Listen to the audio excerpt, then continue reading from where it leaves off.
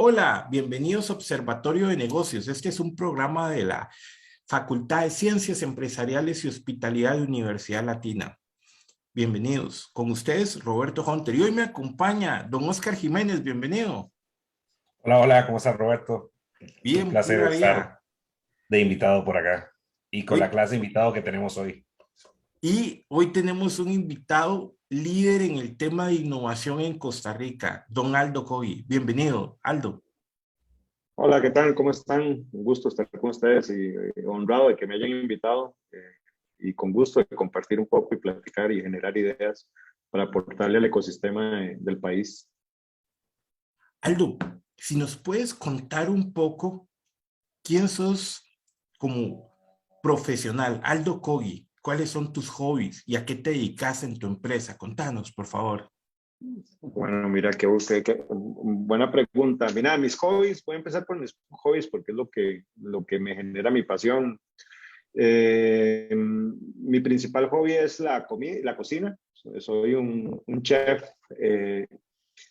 profesional de mi casa, soy el chef especialista de mi casa, cocino de todo, me encanta, soy autodidacta, eso sí, nunca he ido a ninguna clase de cocina ni nada, tomo un video de YouTube, veo la receta y la genero, entonces, de hecho, hoy en la tarde tengo una clase de pizza napolitana, así que estoy por ahí, soy gamer, desde muy pequeño soy gamer, ahora tengo dos hijas, mi familia es mi pasión, mi esposa y mis dos hijas. Y bueno, tengo una hija que es amante de los Legos, entonces le encanta construir. Y mi hija menor, que es Gigi, ella le encanta todo lo que es videojuegos y tecnología. Es una amante de los videojuegos y tecnología. Entonces me divierto mucho con ellas y también soy un amante de los perros. Leer, podría decir que leer es un hobby, pero no fue tan hobby porque yo de joven no me gustaba leer. Empecé a leer por un tema de desarrollo profesional y demás, y se ha convertido en un proceso de aprendizaje constante. Y ahora estoy en un proceso de aprender a escribir. Tengo el blog y el podcast de Hacker Corporativo, donde hablo de temas de innovación y tecnología. Y ahí voy en ese proceso constantemente de redefinir los hobbies, pero tengo bastantes. A nivel profesional, empecé a los 20 años trabajando, haciendo estudios de mercado.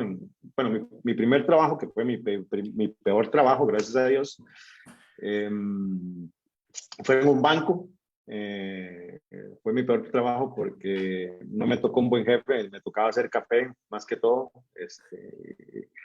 Y duré como 6 meses, así que imagínense yo así como mi mente así desestructurada en un banco, ¿verdad? Fue muy frustrante y por eso siempre digo que mi primer trabajo fue mi peor trabajo. Y luego eh, me quedé sin trabajo porque renuncié, entonces me fui a trabajar a la agricultura con mi abuelito. Mi abuelito era agricultor, entonces pasé 6 meses trabajando en la agricultura y entonces llevaba 2 horas en la universidad y en la mañana iba a trabajar al campo y normalmente, digamos, me levantaba a las 4 de la mañana, iba al campo, trabajaba hasta las 12 de mediodía y ya luego en la tarde llegaba, comía y me iba para la universidad y así sucesivamente. Entonces, en mis ratos de bus y así, empecé a leer acerca de temas de innovación y creatividad y empezó a aparecer como esta pasión. Y en mis trabajos siempre trataba como de entregar algo más. Empecé en una empresa de estudios de mercado y me encantaba enfocarme principalmente en el diseño de las presentaciones. A mí me tocaba hacer las presentaciones de los resultados de estudio de mercado. Y, por ejemplo, yo odiaba presentar un Excel, ¿verdad? Llegar y hacer el típico copy y pegar en PowerPoint, el Excel, lo odiaba. Entonces yo podía durar 5 horas haciendo una presentación con 5 slides, pero le metía muchísimo diseño, muchísimas técnicas. Y mis compañeros de trabajo siempre me decían, es que tus presentaciones son las mejores, pero es que le metía muchísimo al diseño. Luego pasé a una empresa de consumo masivo a llevar el área de investigación de mercados. Y nunca me quedaba en los estudios de mercado, siempre trataba de presentar un boceto, una idea, un canvas, un prototipo físico cuando me tocaba desarrollar productos de higiene. Eh, y siempre trataba de dar esa última milla, ¿verdad? Siempre no quedarme en los resultados y decir, mira, esto es lo que yo te propongo como solución. Y eso me llevó a la oportunidad de que la empresa me llevara a México a desarrollar el área de investigación de mercados y estrategia de consumidor, y ya a partir de ahí, de los resultados que se dieron ahí, me ofrecieron crear el área de innovación. Algo que creo que me ha ayudado a mí en mi carrera profesional ha sido que he tenido la libertad de crear el área. Entonces, he podido experimentar muchísimos modelos de innovación, y sobre todo crear toda la posición, la descripción, ¿verdad? Las estrategias, los procesos, y eso me enriqueció mucho. Luego ya pasé a llevar la dirección para Latinoamérica, pero yo tenía como esa espinita de, ay, qué ganas de emprender, ¿verdad? Y entonces desarrollé el programa de innovación abierta con startups. O sea, yo conocía a Corner Shop cuando no valía nada, conocí a Rappi cuando no valía nada, algunas startups de Costa Rica también cuando estaban empezando ahí con capital semilla y que ahora son empresas consolidadas. Y entonces empecé a conocer el mundo del emprendimiento y del enfoque de startup, y decía, qué interesante llevar este modelo a las organizaciones tradicionales, empezar a llevarlo a las corporaciones. Y de ahí nació la idea que es hoy Rocket Innovation, que es una firma que desarrolla ejecución de estrategias de innovación y productos digitales a través de la mentalidad y metodologías de ejecución de startups, que es lo que estamos trabajando hoy. Por ahí vamos. Y soy mentor de varias startups también, entonces ahí estoy metido un poco de cosas. La gente me dice, ¿cómo hace? ¿Tiene tiempo para dormir? Y le digo, sí, sí, ahí sacamos el ratito. Pura vida, está bien.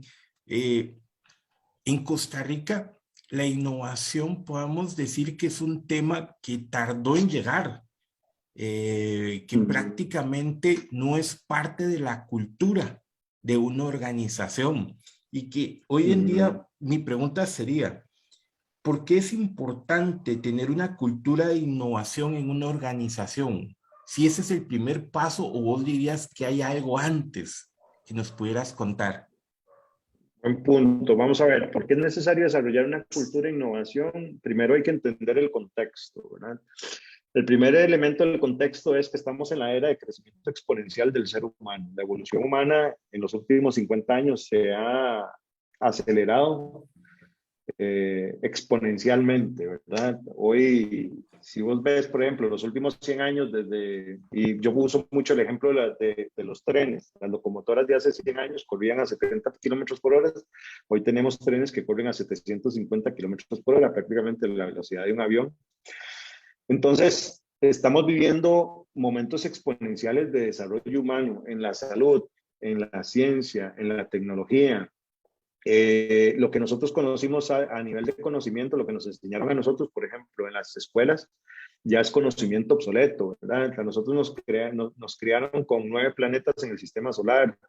Nos criaron con que el agua era un recurso inagotable. Nos criaron con que muchos paradigmas que hoy ya la ciencia y la tecnología ha demostrado que no son ciertos, y ya hoy, por ejemplo, ya la raza humana está pensando cómo se va a ir a vivir a Marte, ¿verdad? Y son cosas que siempre que hablo con organizaciones digo, es que vamos tan rápido que la gente no se ha dado cuenta de lo rápido que vamos, o sea, del desarrollo de la raza. Yo sigo mucho a Peter Diamandis. De hecho, lo conocí en Silicon Valley, y él es un empresario que inventó Singularity University, es del grupo que formó Singularity University. Y él es un inversionista de empresas que trabajan la longevidad, de startups que trabajan la longevidad. Y por ejemplo, el Vaticano le invita a platicar de la longevidad, de cómo, por ejemplo, va a ser la idea del matrimonio cuando el ser humano vive a 140 años, ¿verdad? ¿Cómo vas a sostener una relación de 100 años en un matrimonio?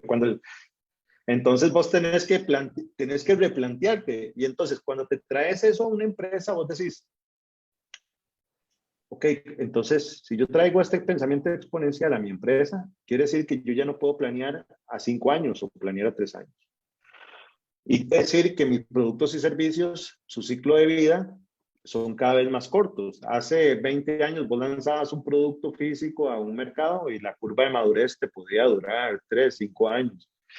Hoy hay productos que la curva de madurez o el consumidor deja de ser relevante para el consumidor en 3, 4 meses. Y prácticamente que estamos hablando de que esa hiperaceleración que tenemos en nuestra vida hace que si no entregas valor y si no entregas diferenciación, vas a quedar obsoleto.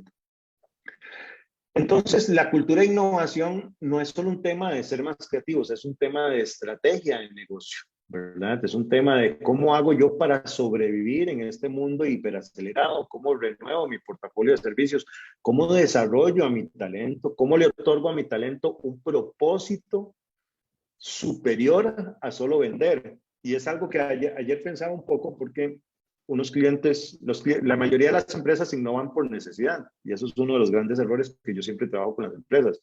No debes pensar que tenés que innovar porque te estás cayendo en ventas, porque estás perdiendo rentabilidad, porque estás perdiendo clientes. Si estás perdiendo clientes, estás perdiendo rentabilidad y estás perdiendo valor en el mercado, es porque tu propósito no es lo suficientemente atractivo para las personas. Y si vos lo ves desde esa perspectiva, por ejemplo, vos, si te encanta Apple, si te encanta Amazon, es porque estás conectado, tenés un vínculo inconsciente al propósito de esa compañía, ¿verdad? Entonces, si estás perdiendo valor en el mercado es porque tu propuesta de valor no es lo suficientemente atractiva y tu propósito no es superior. Y es un tema que yo planteo mucho en las organizaciones. No trabajar la innovación desde la consecuencia, sino trabajarla desde el propósito, darle motivos a la empresa. Y para eso necesitas una cultura de innovación. No puedes plantear una cultura de innovación sin un propósito transformacional. ¿Cuál es mi visión a largo plazo? ¿Cómo me veo yo? ¿Cómo veo yo mi modelo de negocio en 10 años? ¿Cómo quiero que mi gente se desarrolle? Eso es un punto importantísimo hoy día en la innovación. A mí me ha tocado muchísimas organizaciones que llega el jefe y les dice, mañana tienen talleres de 8 a 5 y los quiero aquí a las 8 de la mañana porque van a hacer un taller y quiero que innoven.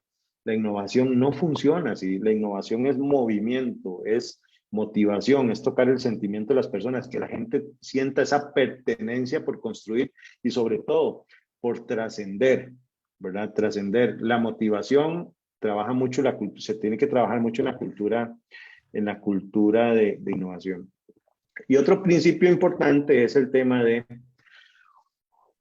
hay que trabajar la cultura de innovación por varios temas. Primero es el miedo de la organización a fracasar. Eso es una de las principales barreras para la innovación. Segundo es la memoria de las glorias pasadas, ¿verdad? Las empresas son lineales y repetitivas porque dicen, esta promoción la sacamos hace 3 años, volvámosla a sacar. Lancemos este producto porque no funciona, lancemos esta campaña. Entonces las organizaciones reciclan mucho sus glorias pasadas. El problema es que el consumidor ya en su fotografía mental, o nosotros los seres humanos, ya eso no nos sorprende, ¿verdad? En la innovación hay un elemento muy importante que es el efecto sorpresa. Está el efecto eureka, que es cuando nace la idea, pero el efecto sorpresa, que es cuando dice el consumidor, wow, esto nadie me lo había resuelto, ¿verdad? Que es un punto importante. Entonces, hay que construir la cultura desde la cultura de la innovación. ¿Por qué? Para eliminar esas barreras que normalmente son rituales, ¿verdad? Por ejemplo, un ritual de una organización es el trabajo en silos, ¿verdad? No te metas con mi equipo. Si quieres ver algo con mi equipo, primero háblalo conmigo y cosas así. Luego están las tradiciones. Solo la junta directiva aprueba proyectos, ¿verdad? Es una típica tradición. Y entonces hay que esperarse a que se reúna la agenda de la junta directiva para que ver, y si no la junta directiva priorizó la agenda a otras cosas, hay que esperarse a la siguiente fecha la junta directiva y eso destruye el empoderamiento de la gente y la motivación. Y luego están los hábitos individuales, que es cuando la persona tiene estos hábitos que rompen los principios de la innovación, que es el pensamiento creativo individual, ¿verdad? La inspiración, la curiosidad, que son comportamientos individuales que tenemos que tener. Yo no te puedo forzar a vos, después de esta llamada, y decirte, mira, necesito que te inspires. Anda, tómate una hora, inspirate y tráeme 3 ideas para que lancemos un proyecto. No funciona así, ¿verdad? Entonces los rituales, los hábitos individuales también son un principio importante que hay que trabajar. Pero básicamente por ahí va el tema de cultura, ¿verdad? Tener un propósito transformacional, trabajar la motivación de la gente, ¿verdad? Eliminar, dejar el pasado hace 2 días escuché una frase muy tonta, pero al mismo tiempo muy brillante, que es: el pasado no tiene futuro. De sí, o sea, el pasado no tiene futuro. Y yo decía, obvio, pero no es obvio para las organizaciones porque siguen viviendo de sus glorias pasadas y eso hace que no puedan reinventarse y no puedan generar innovación. Es mucho el tema. Yo hablo muchísimo, entonces ahí me paran si quieren. No hay seguir. problema. Ok. Buenísimo. Aldo, consulta, mira, tocabas un tema de que actualmente vamos a una velocidad muy rápida, muy acelerada. ¿Qué consejo le puedes dar a las organizaciones y a una persona, a un estudiante, a un emprendedor que quiere comenzar a innovar, pero generalmente lo ven como el raro de la organización, como el fuera de serie, porque tiene conceptos que son muy nuevos para la compañía o para un negocio y generalmente no se comprende lo que él quiere mostrar y cómo lo quiere implementar?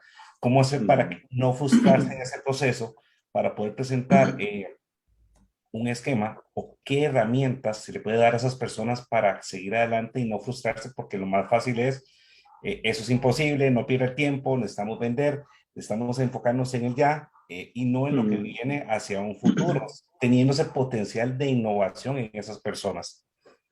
Muy buena pregunta. Vieras que cuando yo empecé el proceso, el camino de innovación, yo empecé con el típico template, ¿verdad? Lleno de información, objetivo estratégico, que timetable, Claro. que riesgos, que, ¿verdad?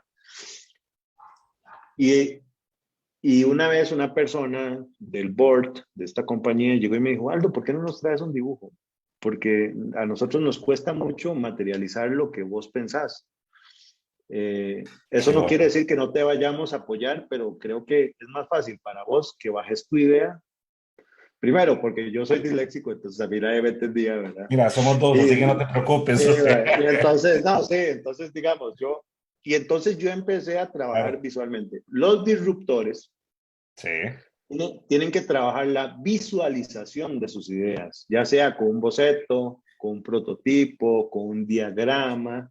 ¿Para qué? ¿Por qué? Porque el cerebro es vago, ¿verdad? Y bueno, por eso los emojis cambiaron el lenguaje de comunicación, porque el cerebro dijo: mira, qué forma más simple de decirme sonríe, qué forma más simple de decirme que estás enojado. Los emojis son los jeroglíficos modernos, entonces el, el cerebro transmite y canaliza mejor a través de imágenes. Entonces, punto número 1, si estás en una organización y la gente no entiende tus ideas, trabaja visualización. Eso es punto número 1.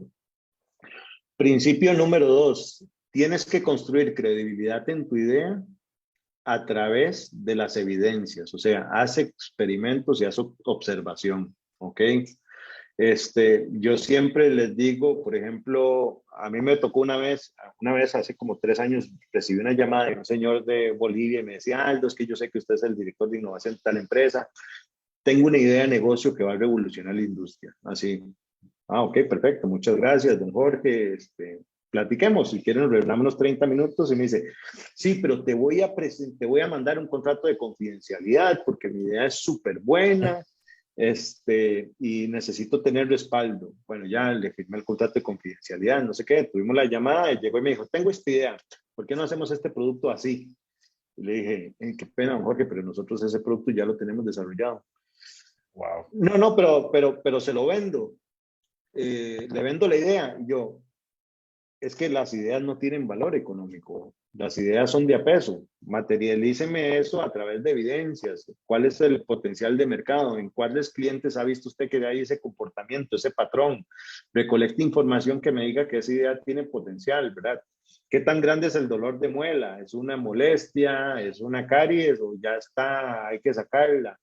Y entonces la evidencia te permite tener los argumentos necesarios para poder vender la idea. ¿Cuál es el problema de los disruptores? Que nada más tiren la idea y es como atájenla. Si la entendieron, bueno, y si no, también. Y entonces no, o sea, evidencia, visualización, y también los disruptores tienen que aprender a cuantificar mercado, que es un gran problema que tienen, ¿ok? hacer un análisis de potencial, de penetración de mercado, de evaluación de tu potencial. Si sos un emprendedor, una startup, un problema algo que falla muchísimo el ecosistema de startups en Costa Rica es en la evaluación de mercado. ¿Por qué? Porque ven a Costa Rica como su mercado y no necesariamente. En Singularity, siempre está la frase, enfócate en la idea del billón de dólares o del billón de personas, ¿verdad? Que es, enfócate en grandes ideas. Y a veces nosotros nos quedamos con mercados muy pequeños, entonces también cuantificar el potencial de esa idea es trascendental. Entonces, los 3 elementos fundamentales: visualización, evidencias y también cuantificación del potencial son vitales para vender una idea disruptiva en el mercado. Genial, yo creo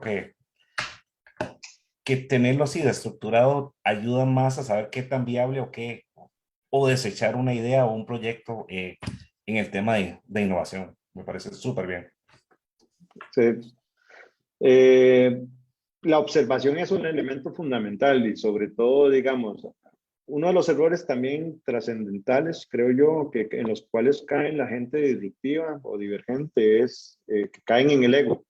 Yo yo soy muy inteligente, me han dicho que soy muy bueno en mi empresa, que soy el que quiebro el status quo, pero voy a esperar a que vengan y me busquen. No, hay que conectar con la gente, hablar, salir al mercado con los consumidores, a platicar con nuestros clientes y salir de ese estatus de ego, de yo soy el disruptor, yo soy el Steve Jobs de la organización y no, a ver, papá, a ponerse las botas y a batir lodo, y a batir lodo, sí.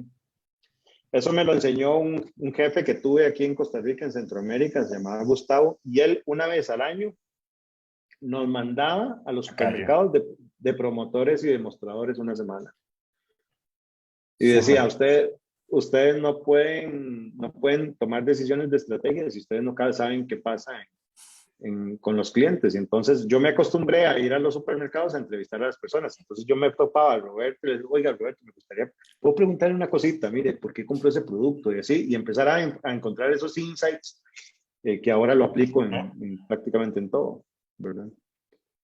Aldo, hay una tendencia que dice que deben haber puestos de gerencia de innovación. Eso dice muchas veces la teoría para sostener o para liderar dentro de la organización la innovación. Pero, ¿ese es el camino correcto? ¿Sí o no?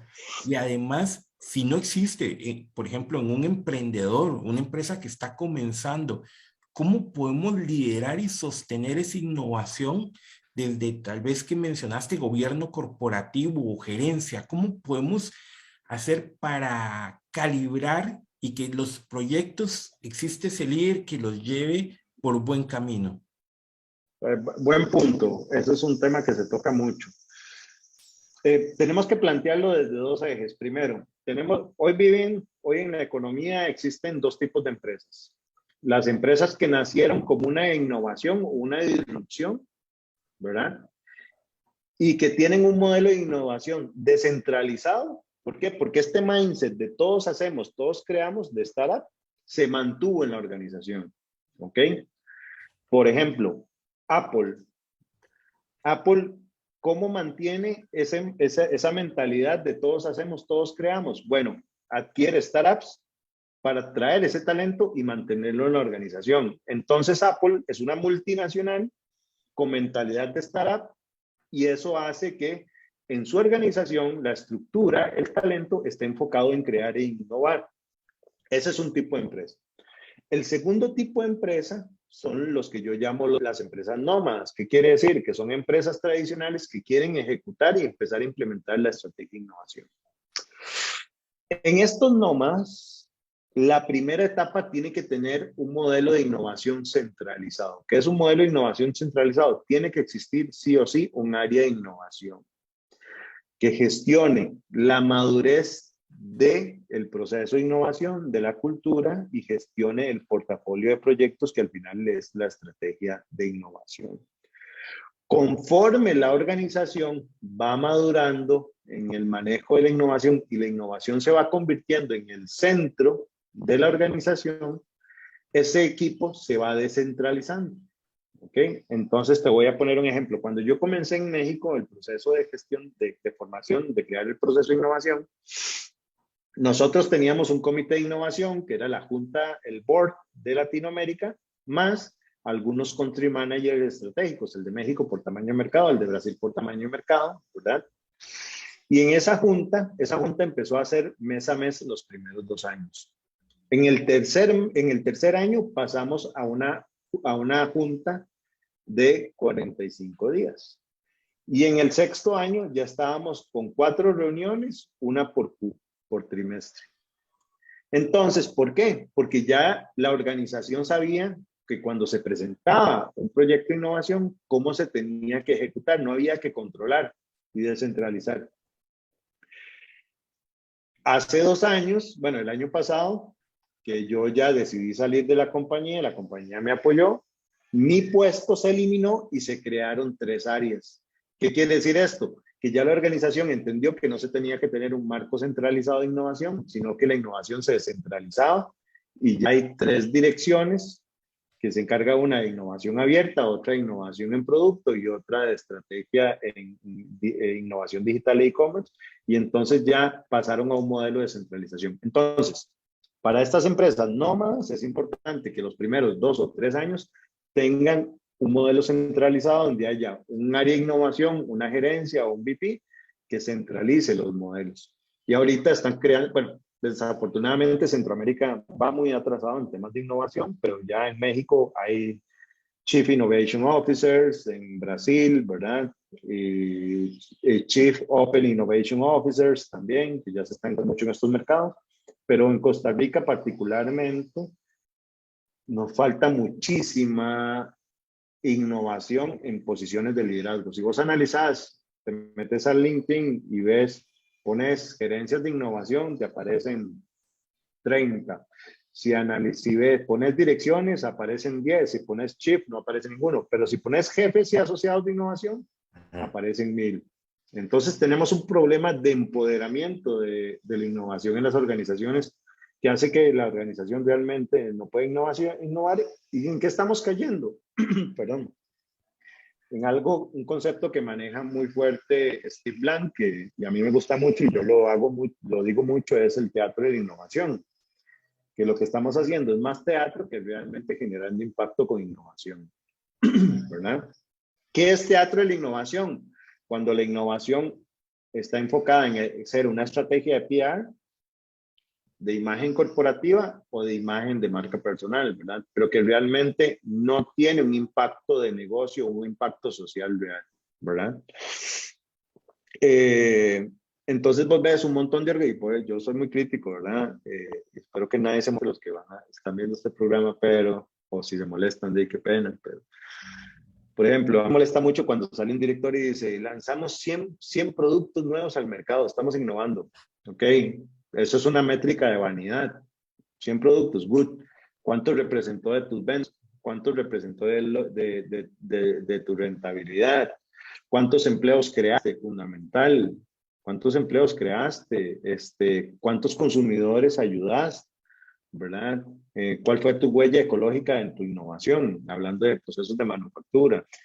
Entonces, decir estas métricas de la administración tradicional de lanzamos 100 productos al mercado, hicimos una campaña, un hackathon con estudiantes, vean dónde nos quedó, pero si no trasciende, si no tiene impacto, pues es meramente teatro. Entonces, hoy realmente estamos en un círculo de teatro e innovación en Centroamérica y en Costa Rica, pero realmente no estamos viendo un impacto real de la innovación en las organizaciones. Colombia, y hay un tema muy, muy importante dentro de esto, que es el tema de la organización del ecosistema para trabajar. Si vos vas a Brasil, en Brasil hay eventos donde llegan las corporaciones y se juntan con emprendedores y hablan de IoT, hablan de inteligencia artificial, hablan del futuro de FinTech, que Brasil es el hub por excelencia de FinTech. Ahí van todas las multinacionales globales, van a Brasil a buscar startups para adquirir. Chile, un ecosistema muy organizado donde está la academia, están los corporativos y están las startups en eventos masivos de intercambio de información, talento, recursos. Colombia, las clases están fuertísimas trabajando el ecosistema de innovación, conectando emprendedores con corporaciones. Y aquí no está pasando eso. Aquí no está pasando eso. Sentimos, hay mucho individualismo en el ecosistema, muchísimo de, mira, qué buena tú, pero mejor no hago bulla porque si no me va a sofocar a mí, en lugar de decir, mira, me encanta tu idea, vamos a darle, vamos a construir, porque esto va a beneficiar a todo el ecosistema. Entonces todavía tenemos un ecosistema muy individual que ve por sus beneficios personales, individuales, y tenemos que cambiar eso. Y estamos ahora en junio a lanzar un proyecto que esperamos que empiece a construir eso. Pero por ahí va. Aldo, ahora que tocabas el punto de Centroamérica, Centroamérica como región es representativa, no de forma individual comparado con otros mercados. ¿Hay alguna forma de poder realmente unificar y trabajar para el desarrollo de la innovación en Centroamérica como una región, no como países separados? Totalmente. Yo creo que primero, Costa Rica tiene que ser el hub de innovación de Centroamérica. Primero, el sistema de zonas francas que nos da acceso a la cadena de valor global. O sea, si por ejemplo, un chico en Guatemala desarrolló un microchip, se viene a Costa Rica, lo compra Intel, ese chip va a llegar a 200 países del mundo. Entonces, Costa Rica tiene acceso a la cadena global de productos y servicios, ¿verdad? Eso es un criterio fundamental que no estamos explotando. Punto número 2, el sistema de educación público que tiene Costa Rica puede financiar talento centroamericano. Y yo siempre lo he dicho, por ejemplo, Chile tiene un programa de atracción de emprendedores donde a ver, del sistema de capital semilla chileno, los emprendedores de Bolivia, de Perú, de Colombia, de Brasil, de Argentina, de Uruguay, van a Chile, formalizan la empresa en Chile, califican para fondos de inversión. Entonces, necesitamos que Costa Rica marque la pauta en la estrategia. Yo digo que en nuestro país le falta una estrategia corporativa de innovación, y cuando hablo de una estrategia corporativa es entender una estrategia clara, cuáles son los vectores de crecimiento de la economía en Costa Rica en los próximos 20 años. Economía circular, inteligencia artificial, digitalización de modelos de negocio, e-commerce, llamarle los que quieran, dispositivos médicos debería ser un vector de innovación. Y empezar a ver, la UCR tecnológico, necesito hacer el laboratorio de dispositivos médicos que va a alimentar, dar servicio a las zonas francas, y todo estudiante que tenga un proyecto de dispositivos médicos que entre a través del hub, lo vamos a financiar, que es lo que hace Singapur. Singapur no existe tesis, ¿verdad? Corea del Sur no existen las tesis, son proyectos de graduación. Entonces, si vos, por ejemplo, vos desarrollaste un algoritmo, y ese es tu proyecto de graduación de licenciatura, maestría, y automáticamente calificas para fondos de inversión. Automáticamente. ¿Qué pasa en Costa Rica? Que seguimos con el sistema de educación universitario de hace 100 años, de vamos a hacer la tesis y la aplicación científica, y eso termina en nada. Imagínate todo el know-how que podríamos pintar nosotros o generar propiedad intelectual en diseño, en conocimiento, en proceso. Si dejáramos ese esquema tradicional de tesis e investigaciones científicas y dijéramos, a ver, tu proyecto de graduación tiene que generar al menos una patente de un proceso o algo, y vas a calificar directamente al sistema de banca para el desarrollo, vas a recibir $18,000 para prototipo. Estás creando un emprendedor, estás generando riqueza, estás generando inclusión, y además estás creando economía. ¿De qué depende hoy Costa Rica para crear economía? De que se venga una empresa a instalar en zona franca.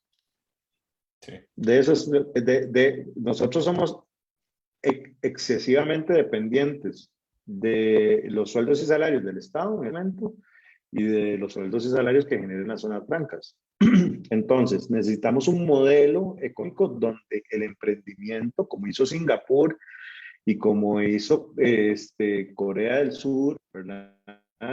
y desarrollemos un modelo de economía donde el emprendimiento alimente la economía y sobre todo la renueve en este modelo de pensamiento exponencial. Pero volviendo a tu pregunta, necesitamos que Costa Rica sea un hub abierto de innovación donde los mejores emprendedores de cada mercado se vengan aquí a madurar sus empresas y quitarnos, perdón por la expresión, este nacionalismo ridículo que tenemos, ¿verdad? De no, es que nosotros somos la isla de Centroamérica. Perdón, Hugo en El Salvador ya está valuado en $200 millones. Duolingo, el chico de Duolingo se quiere ir para Estados Unidos para que lo fondearan. Hay talento, pero a veces tenemos barreras que particularmente a mí me parecen tontas que tenemos que eliminar, pero Costa Rica tiene que marcar la pauta y tiene todos los recursos para. Totalmente.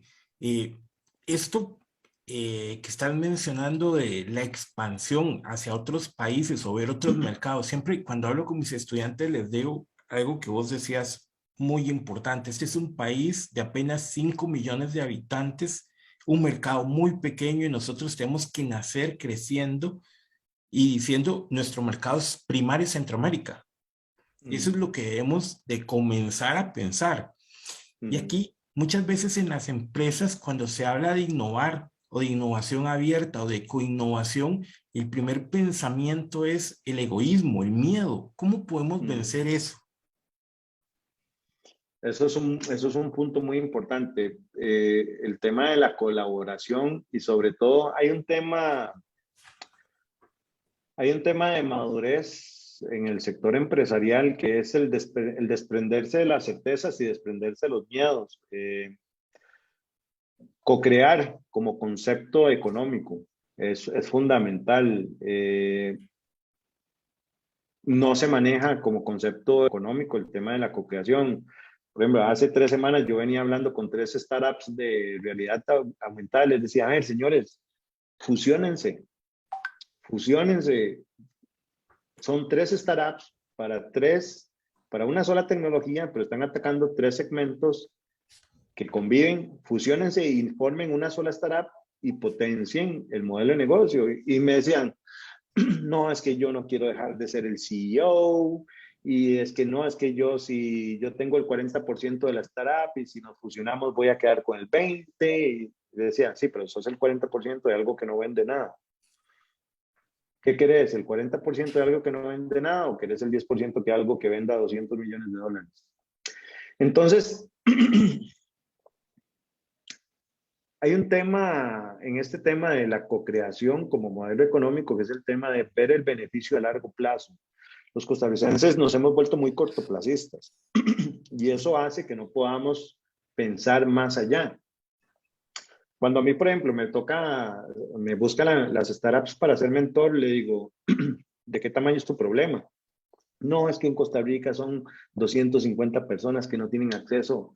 Olvídate de Costa Rica. ¿Cuál es el problema global? O sea, Corner Shop llegó a ser global porque materializó una idea que pudo globalizar. Entonces, en Costa Rica también estamos en este hermetismo de que lo que pasa en Costa Rica son problemas globales. No. Una cosa son los problemas globales, economía circular, ¿verdad? Accesibilidad al agua, ¿verdad? Todo lo que son los objetivos de desarrollo sostenible, acceso a seguridad alimentaria, por ejemplo, el tema de proteínas sustitutas, el tema de materiales alternativos de producción con el ecosistema que tenemos. La stevia nació de una raíz en Brasil. Entonces nosotros materializamos el potencial de nuestro negocio desde nuestro pequeño mercado y eso hace que creamos que vamos a perder ese mercado. Cuando el mercado real son 250, 500 millones de habitantes, 1.000 millones de habitantes tal vez, y entonces eso hace que nosotros no entendamos que tenemos que hacer alianzas estratégicas para poder crecer, para poder salir de aquí. Entonces, por ejemplo, llega Roberto y me dice, Aldo, es que yo tengo una startup de realidad virtual y veo un potencial enorme en procesos de capacitación en manufactura. Uy, Roberto, yo también. ¿Y a quién se lo pensás vender? A FIFCO. Somos competencia. Entonces mejor yo me alejo de vos porque no, piensa globalmente. Vamos los dos por FIFCO. vamos los dos por Dos Pinos, vamos no piensan así. ¿Por qué? Porque nosotros materializamos el potencial de nuestros negocios desde nuestro pequeño mercado y eso hace que se desarrolle mucho el egoísmo y el individualismo, ¿verdad? Y si vos analizás las grandes startups que se han convertido en unicornios, crecieron gracias a alianzas estratégicas. O sea, cuando vos ves el caso de Cornershop, que yo lo cito mucho, Cornershop no hubiera llegado a ser un unicornio si no va humildemente a Walmart y le dice, por favor, ¿me dejas entrar a tus tiendas? Y Walmart le dijo, va, puedes entrar a mis tiendas. Imagínense que Cornershop hubiera dicho, no necesito a Walmart, no necesito alianzas estratégicas, se pierde el 50% del mercado de Latinoamérica en supermercados, ¿verdad? La mayoría de las startups que están escalando gracias a un concepto importante, el network effect, el efecto de la red. Tanto conecto yo mi idea, mi tecnología o mi modelo de negocio a través de alianzas estratégicas que me den un efecto multiplicador, que es un elemento fundamental. Entonces, si nosotros seguimos pensando localmente en que mi mercadito es Costa Rica, mi mercadito es San José y Alajuela, Heredia y Cartago, no vamos a escalar y vamos a seguir con problemas de individualismo y de ego, ¿verdad? Y no vamos a poder tener nunca un unicornio. Genial. ¿Verdad? Aldo, consulta, ahora que estás tocando ese punto, o sea, realmente el tema de las alianzas estratégicas es vital, pero ¿cómo realmente podemos cubrir nuestra idea? Porque, o sea, y parte de lo que estás tocando, de egos, miedo, es que te roben una idea y hay empresas que tienen todo el capital para poder hacerlo y dejarte de lado. O sea, ¿cómo podemos cubrir esa idea y poder realmente trabajar en conjunto para lograr esa alianza? Esa era una. La otra consulta era, vos nos comentabas al inicio de que trabajas con tu bueno en agricultura. ¿Cómo podemos hacer para innovar en el agro? Sabemos de que actualmente hay una guerra entre Rusia y Ucrania, que se está hablando de que va a haber una crisis alimentaria. ¿Cómo, siendo Costa Rica un país con mucho potencial en agro, cómo podemos innovar aprovechando esta oportunidad que suena feo de una guerra donde se va a venir una posible crisis alimentaria? Esas son mis dos consultas. Ok, la primera es, hay tres garantías para que no te roben una idea. La primera es el talento. Si vos tenés un muy buen talento, no importa que te copien, porque el talento siempre va a poder darle la vuelta. La segunda es la propiedad intelectual, que es algo que en Costa Rica los emprendedores tienen muchos gaps. ¿Qué es lo primero que hace un emprendedor? El error fundamental del emprendedor, lo primero que hace es gastar en una sociedad anónima para repartir equity y repartir posiciones, ¿verdad?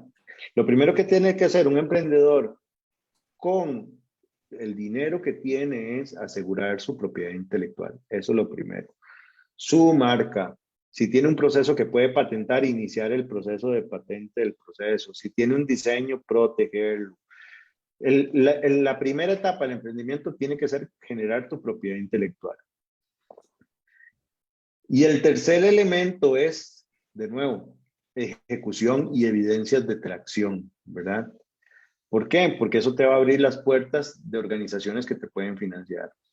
Un inversionista, una corporación que tenga un fondo de inversión o una alianza estratégica con una multinacional, las garantías es, tenés propiedad intelectual, tenés equipo y tenés evidencias de tracción. Esos son los tres elementos fundamentales. Si vos llegas con la idea, no, si ve qué bonita se ve, ideas hay de a pesos. Si yo ahorita pongo, Roberto, ¿por qué no nos ponemos una tienda de ventas a granel de alimentos? Yo pongo en Google ventas de tiendas de granel de alimentos online, van a aparecer 5,000, ¿verdad? Entonces, el tema no es, hay que desprenderse de la idea y hay que crear el modelo de negocio. Donde está la innovación es en el modelo de negocio, no está en la idea. Ideas X, ¿verdad? Eso es un elemento fundamental. El tema de la agricultura. El tema de la agricultura hay un elemento crítico. Hay un elemento crítico y es la falta de visión, de nuevo, de visión estratégica a largo plazo, ¿ok? Queremos que Cartago siga generando papa por el resto de la vida y que siga siendo la ciudad con más cáncer gástrico del mundo, ¿verdad? Hoy hay mucha Bueno, ese ciencia, dato. tecnología por la papa verde. O sea, nunca coman papa verde, ¿verdad? Si Wow. llegan y ven la papa verde genera un ácido que genera cáncer gástrico. Cartago es la ciudad con más casos de cáncer gástrico del mundo, ¿verdad? De hecho, es una raíz de clima caliente. En Costa Rica se debería sembrar la De papa en Guanacaste. Guanacaste, no en Cartago. Por eso Cartago, además del cáncer gástrico, es una de las zonas agrícolas del mundo que más consume agroquímicos, ¿verdad? Entonces, ¿por qué no vimos en el agro? Falta de utilización de ciencia, falta de utilización de datos e información, ¿verdad? Por ejemplo, seguridad alimentaria, ¿cómo podríamos desarrollar un algoritmo que nos ayude a normalizar los tiempos de cosecha de los alimentos? ¿Por qué la bendita papa se dispara en octubre, noviembre, diciembre, enero y luego el agricultor tiene que ver cómo sobrevive de marzo hasta agosto, ¿verdad? Utilización de inteligencia artificial, utilización de IoT para administración de aguas y riego, ¿verdad? Utilización de IoT, inteligencia artificial, para mejorar la cadena de distribución de los alimentos y que no llegan a podrirse al supermercado, ¿verdad? Entonces, la tecnología, hay un desconocimiento total del sector público y empresarial agrícola de cuáles son los beneficios de la tecnología, ¿verdad? Ok, vamos a instalarle a 100 camiones de paperos de Cartago, vamos a instalarles un chip que nos genere un análisis de rutas para ver cómo podemos eficientar las rutas de Cartago a todos los centros de distribución de supermercados. Y vamos a bajar el tiempo de entrega en 4 días y eso va a hacer que los productos lleguen más frescos al mercado, al supermercado, y que no vas a llegar y de cada 10 aguacates, 9 están podridos y uno está bueno porque todos se golpearon. Cómo desarrollar modelos de agua potable a través de la captación de humedad del aire, ¿verdad? Eso está muy fuerte en otros mercados. Entonces hay un problema de falta de visión de largo plazo, pero también de entendimiento de las tendencias de tecnología y ciencia que se están dando en el mundo. Entonces, y yo voy a hacer aquí otra vez un comentario ácido y crítico. La academia se oculta en laboratorios e incubadoras en las universidades y nunca han agarrado una pala y no entienden por qué es que la papa hay que meterle, cada kilo de papa lleva como 50,000 pesos de agroquímicos porque no es de clima húmedo, sino que es de clima seco la papa, ¿verdad? La papa es de alturas bajas, ¿verdad? Entonces, que el sector cafetero sí ha entendido muy bien, por ejemplo, el tema de las alturas. ¿Y cuál es el resultado del sector cafetero? Un café de alta calidad. Entonces, el ICAFE es un referente de utilización de información para tomar decisiones estratégicas, pero nos hemos ido quedando atrás y hoy hay muchas tecnologías, por ejemplo, bueno, cómo utilizar, ahora viene el tema, parte de la economía circular en agricultura va a ser el tema de las cáscaras, ¿verdad? Bueno, cómo utilizar la cáscara de la papa como harina sustituta de pan. Cómo utilizarla como la cáscara de la papa como materia prima para papel. En México ya están desarrollando, en México la base de la comida del mexicano es obviamente el maíz, pero la cáscara del maíz genera 30,000 toneladas de basura al mes. Entonces, eso ya lo van a integrar a los procesos productivos para hacer papel, para hacer cartón. El modelo de economía circular es un pilar es el nuevo capitalismo en consumo masivo y nosotros no estamos trabajando ahí en el sector agrícola, ¿verdad? Y obviamente materiales sustitutos, por ejemplo, en Costa Rica hay insectos por todo lado, ¿verdad? El nivel de hace que haya insectos. Okay. ¿Cuándo vamos a empezar a sembrar hormigas? ¿Cuándo vamos a empezar a sembrar grillos? ¿Cuándo vamos a empezar a sembrar larvas, gusanos? Que va a ser la proteína. Dentro de 100 años, nuestros nietos y bisnietos nos van a decir, mae, usted comía carne de vaca, usted era así de salvaje. Así nos van a decir. Y es parte del proceso. Mira, lo que me impresiona es que todas las respuestas que nos dices son realmente muy fácil de implementar, o sea, no es algo que sea complicado, que se ocupa todo un No, proceso realmente largo, burocrático, o sea, creo que es muy fácil de realizar y es poner, como dices, o sea, manos a la obra, entender, ir y hacer. Y lo otro es, o mm, sea, no me imagino tener una conversación con agricultores en Guanacaste para decir que vamos a sembrar papas, eso me imagino que si no tener toda la base que nos comentabas anteriormente, para poder demostrarle de creencias, eso es una conversación supremamente complicada. O sea, me llevo la papa y la hacemos en Guanacaste, el libere lleno de papas. O sea, eso es complicado todo ese tipo de conversaciones. Si, como nos decías, no tienes todo el tema de evidencias para demostrar que es viable. la evidencia es fundamental, o sea, bueno, señores, vamos a agarrar 10 hectáreas en Guanacaste y las vamos a sembrar en papa y vamos a comparar la calidad contra la de Cartago. Esas evidencias que el MAC lo puede hacer, pero la innovación no puede pasar sin voluntad. O sea, yo no puedo llegar y decirte, vas a innovar o ve a ver qué haces. O sea, eso no puede pasar. O decirle a Roberto, bueno, Roberto y Oscar, pónganse o los despido, que es lo que hacen las organizaciones en este mindset de Póngase creativo y administración no. del dato. No. O sea, uno, no hay voluntad por el status quo también de los ¿No? estados. Los estados son, ¿verdad? Y el otro es, no hay voluntad por utilizar la ciencia y la tecnología en beneficio de la sociedad.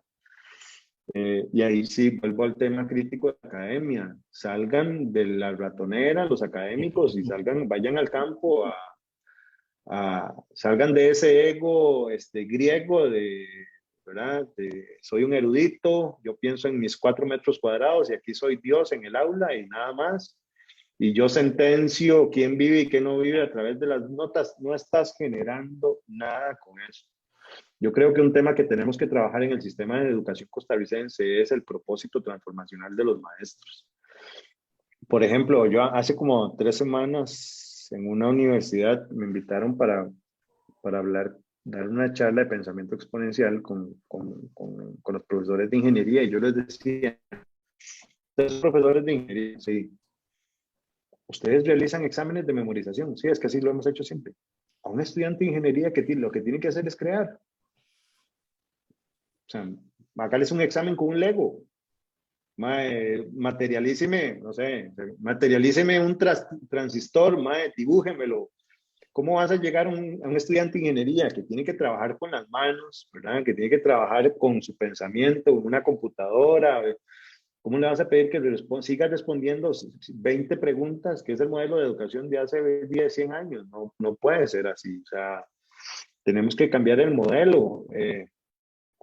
Es crítico que nosotros cambiemos esto, o sea, pero falta muchísima voluntad. Yo particularmente he buscado políticos y demás y no veo la zona de confort es lo peor que le puede pasar a un país y nosotros tenemos que empezar a generar movimiento y quebrar esto y romper esto desde nuestra trinchera, ¿verdad? Pero bueno, eso es un tema de un café. Café, whisky o cerveza, cualquiera de los dos. Aldo, el tiempo nos está comiendo y esto es para seguirlo con un café y una Sí. buena repostería. Y la última pregunta. Por ejemplo, Chile tiene a nivel gubernamental lo que vos mencionabas, un plan de economía circular para transformar sus industrias. ¿Es el camino que debería seguir Costa Rica que se vende de verde? No es el camino de Costa Rica, es el camino que tiene que seguir una empresa de consumo masivo si quiere sobrevivir. Vamos a ver, dentro del future thinking, vos tenés que analizar 3 elementos dentro del pensamiento futuro en una innovación de productos. Tenés que analizar elementos clave, el cambio de la cultura, el cambio político y el cambio jurídico y legal. Vienen modificaciones globales a través de los tratados de comercio que van a obligar a las organizaciones a ser más circulares. Entonces, no es tema de gobierno, es un tema de que las empresas tienen que estar pensando cómo va a ser su modelo de producción futuro. O sea, porque ni vos le vas a tus hijos, bueno, nosotros vamos a ser no por hipócritas y es que yo solo compro de empresas de economía circular que existen en Costa Rica para empezar. Pero seguramente nuestros hijos le van a comprar a una empresa un producto que genere un desecho. Así de sencillo. Pues.